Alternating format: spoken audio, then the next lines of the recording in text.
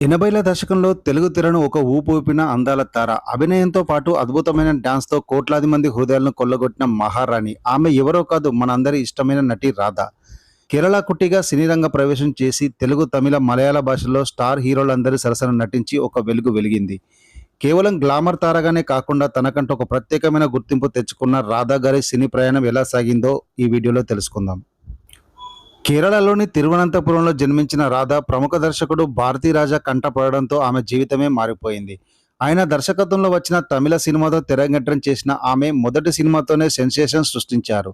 ఇక తెలుగులో అడుగుపెట్టిన తక్కువ సమయంలోనే స్టార్ హీరోలు చిరంజీవి, బాలకృష్ణ, నాగార్జున, వెంకటేష్, రజనీకాంత్, కమల్ హాసన్ లాంటి దిగ్గజ నటులందరితో ఆమె నటించారు.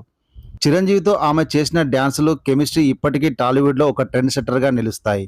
గ్లామర్ రోల్స్ మాత్రమే కాకుండా బలమైన నటనకు తావున్న పాత్రలు చేసి ప్రేక్షకులను మంత్రముగ్ధులను చేశారు. శిఖరాగ్ర